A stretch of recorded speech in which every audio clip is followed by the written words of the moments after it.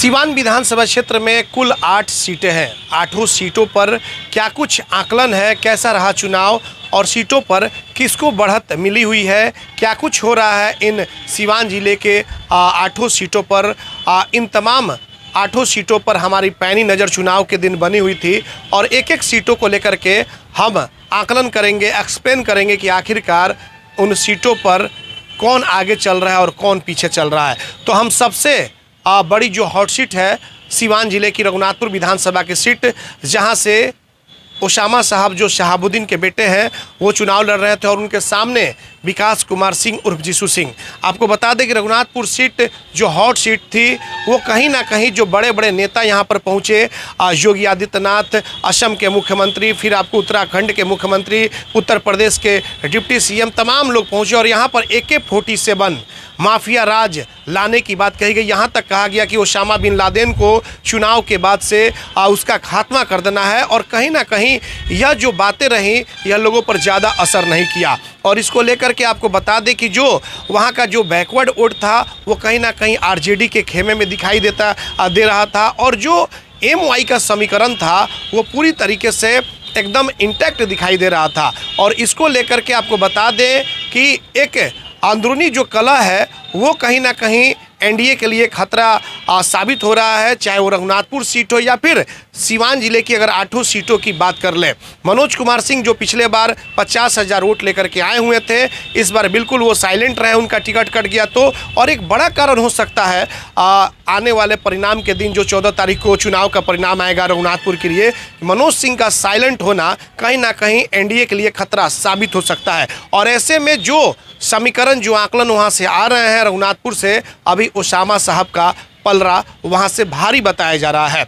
दूसरी सीट हम बात कर लें सीवान सदर की सीट, जहां से बिहार विधानसभा के पूर्व अध्यक्ष अवध बिहारी चौधरी राजद के टिकट पर थे और दूसरी तरफ मंगल पांडे जो कि बिहार के स्वास्थ्य मंत्री रह चुके हैं, ये दोनों आमने सामने थे। इन दोनों की अगर बात कर लें इसमें तो अवध बिहारी चौधरी सीवान सदर सीट से लड़ रहे थे, यहाँ पर भी माइनॉरिटी जो था और वाई जो था यानी कि YM का समीकरण देखने को मिला, पूरी तरीके से इंटैक्ट था। 2 यहाँ पे मुस्लिम जो कैंडिडेट्स थे वो चुनाव लड़ रहे थे, जनसुराज और AIMIM। लेकिन जो चुनाव हो रहा था अगर वो NDA के वोटर्स हैं तो NDA की तरफ जा रहे थे, जो महागठबंधन के हैं वो महागठबंधन की तरफ जा रहे थे। कोई यह नहीं चाह रहा था कि वोट बर्बाद किया जाए।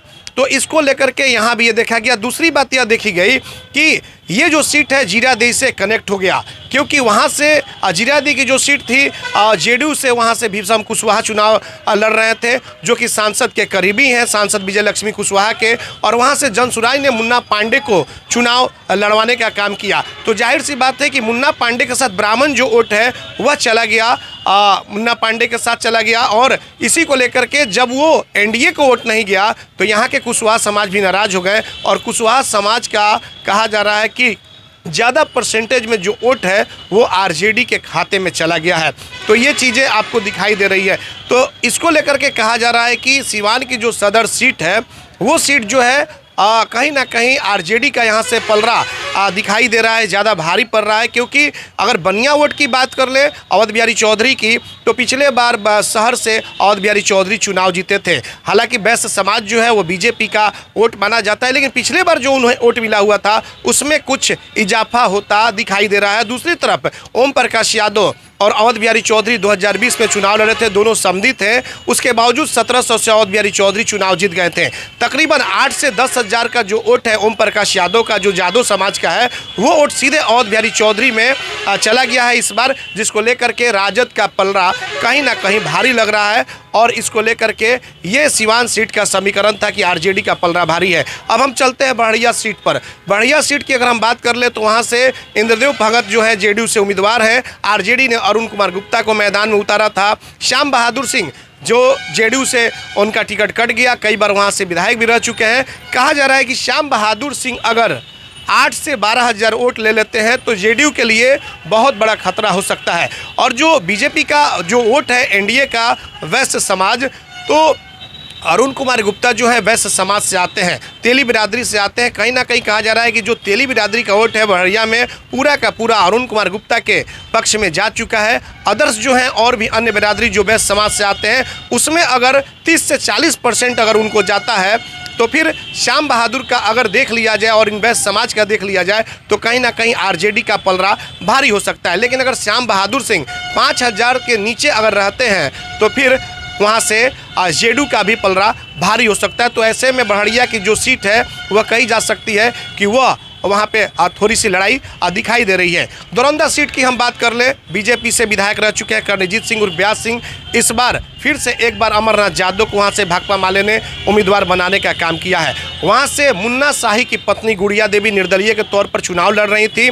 मुन्ना शाही भूमियार बिरादरी से आते हैं और कहीं ना कहीं वो जो सीट है गोरिया कोठी से कनेक्टिंग सीट माना जा रहा था। गोरिया कोठी में राजपूत समाज जो पूरी तरीके से आपको बता दें कि देवेश कांत सिंह का विरोध कर रहे थे क्योंकि मलमलिया में ट्रिपल हत्याकांड हुआ था और उसको लेकर के जब राजपूत समाज वहाँ विरोध करने लगे तो फिर गोरिया कोठी में भी भूमियार समाज के लोगों ने कहा कि जब राजपूत समाज का वोट देवेश कांत सिंह जो भूमियार बिरादरी से आते हैं उनको नहीं मिल रहा है तो हम लोग भी यहाँ पर उन्हें यानी कि बीजेपी के कर्णजीत सिंह को वोट नहीं करेंगे। और ऐसे में कहा जा रहा है कि कुछ ना कुछ जो राजपूत समाज भी है वो भी थोड़ा सा इनसे व्यास सिंह से खफा थे।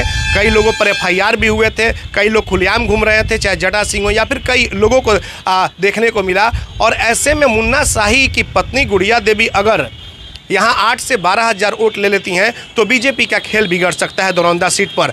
और अगर 8,000 से नीचे अगर गुड़िया देवी रहती हैं तो फिर बीजेपी एक बार फिर से वहाँ से बाजी मार सकता है। अब हम बात कर ले आपको जीरादेई सीट की। जीरादेई सीट वहाँ से भीषम कुशवाहा को जेडीयू ने उतारा है। अमरजीत कुशवाहा इसके पहले वहाँ से भाकपा माले के विधायक भी रह चुके हैं। फिर से एक बार भाकपा माले ने अमरजीत कुशवाहा को टिकट दिया है।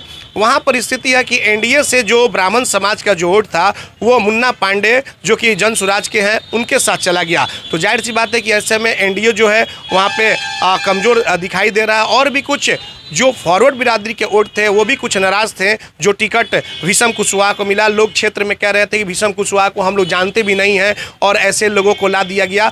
तो यह एक बहुत बड़ा फैक्टर था। हालांकि सांसद जो है विजयलक्ष्मी कुशवाहा या फिर उनके पति रमेश सिंह कुशवाहा जो पूर्व विधायक हैं वो लोग लगे हुए थे क्योंकि उनकी प्रतिष्ठा जो है वो दाव पर लगी हुई थी। लेकिन इससे कुछ ज़्यादा फर्क होता वहाँ पर दिखाई नहीं दे रहा है क्योंकि भाकपा माले जो है अमरजीत कुशवाहा वो भी कुशवाहा बिरादरी से आते हैं। तो लोगों का कहना है कि भाई विजयलक्ष्मी कुशवाहा जो रमेश कुशवाहा की पत्नी है उनको हम लोगों ने सांसद बनाने का काम किया तो एक बार मौका हम लोग अमरजीत कुशवाहा को देंगे। ये कुशवाहा समाज का कहना था। बहुत तोड़ने का प्रयास किया गया कुशवाहा को लेकिन ज़्यादा तोड़ने में वो सफल नहीं रहे। तो कहीं ना कहीं भाकपा माले का जो पलड़ा है वहाँ भारी होता दिखाई दे रहा है जन सुराज के वजह से।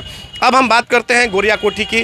गोरिया कोठी में देवेश कांत सिंह बीजेपी के उम्मीदवार हैं और अनवारुल हक उर्फ अनवार बाबू को आरजेडी ने वहाँ से चुनावी मैदान में उतारा था। एक बहुत चर्चित हत्याकांड हुई थी जो मलमलिया में घटना घटी थी, उसमें 3 राजपूतों की हत्या कर दी गई थी जिसको लेकर के भूमियार समाज और राजपूत समाज वहां पर थोड़ा सा आमने सामने दिखाई दिए थे। उस परिस्थिति में यह देखने को मिला कि पूरे चुनाव में अनवारुल हक उर्फ अनवार बाबू के साथ चाहे सतदेव सिंह हो पूर्व विधायक एक मजबूत वहाँ के नेता माने जाते हैं या फिर जो राजपूत समाज के और भी तमाम बहुत सारे लोग थे वो सभी लोग दिखाई दे रहे थे सीधे तौर पर राजद के अनवारुल हक के साथ। तो कहीं ना कहीं अगर 25 से 30% भी वोट जो है राजपूत समाज वाई और एम इंटैक्ट सभी सीटों पर दिखाई दिया तो उसको लेकर के कहीं ना कहीं अनवारुल हक है वो काफ़ी मजबूत माने जा रहे हैं। और कुछ बैकवर्ड जो वोट है वो भी नाराज थे देवेश कांत सिंह से जिसको लेकर के चुनाव के दिन भी यह देखने को मिला कि देवेश कांत सिंह को वहाँ से जाना पड़ा, तमाम लोगों का विरोध झेलना पड़ा। जो गोरिया कोठी के नबीगंज इलाके का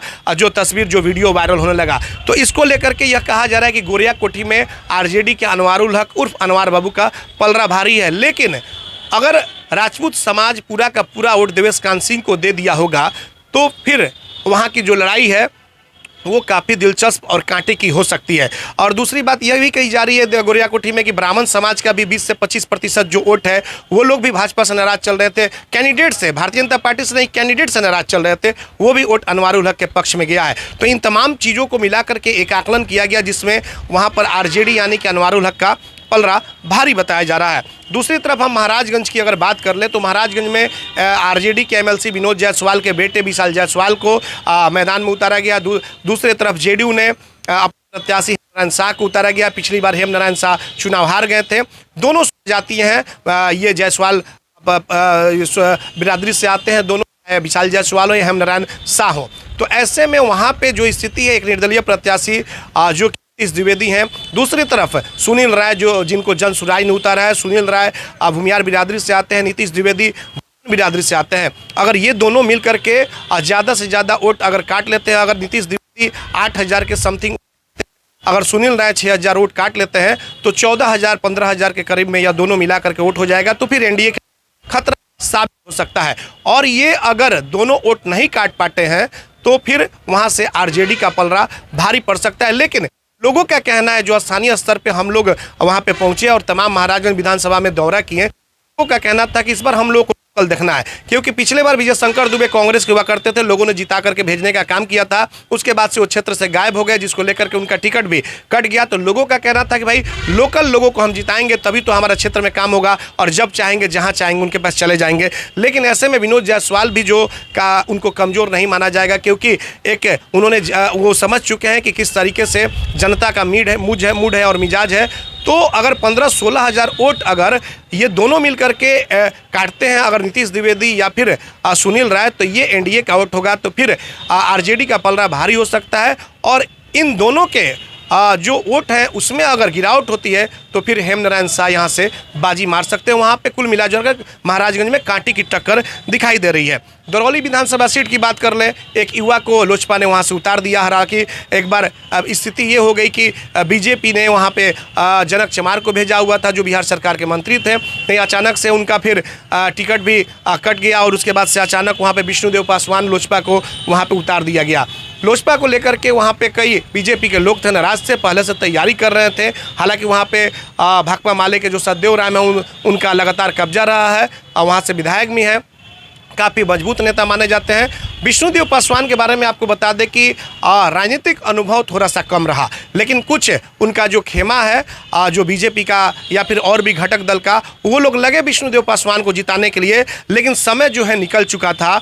5 से 7 रोज पहले पूरी टीम लगी हुई थी, लेकिन समय बहुत कुछ निकल गया था। तो इसको लेकर के यह माना जा रहा है कि विष्णुदेव पासवान जो है थोड़ा सा उन्हें अनुभव, राजनीतिक अनुभव कम है। व्यक्ति ठीक है, वहीं के शहर के रहने वाले थे, गुठनी के, तो लोकलिटी पे भी लोगों ने वोट दिया। और सतदेव राम की अगर बात कर लें तो सतदेव राम का एक आध जगहों पे विरोध भी हुआ, लेकिन माले का जितना मजबूत पकड़ है, तमाम अगर हम जाएंगे दरौली विधानसभा क्षेत्र के कई दियर इलाके हैं, तो माले पूरी तरीके से वहाँ पे काफ़ी मजबूत वहाँ पे रही है। और ऐसे में जिस तरीके से जो एनडीए ने वहाँ पे जो काम किया, तमाम लोगों तक पहुँचे, लेकिन समय इसलिए निकल गया कि समय बहुत कम मिला। जो एनडीए को जैसे ही टिकट फाइनल हुआ, वो तमाम नेताओं को उतर जाना चाहिए वहाँ पर और लग जाना चाहिए, लेकिन एनडीए के कई घटक दल जिस तरीके से जो लगना चाहिए वो नहीं लगे। और इसको लेकर के एक बार फिर से दरौली सीट को कहा जा रहा है कि सतदेव राम का पलड़ा वहाँ से भारी हो सकता है। भाकपा माले काफ़ी ज़्यादा वहाँ से मजबूत दिखाई दे रही है।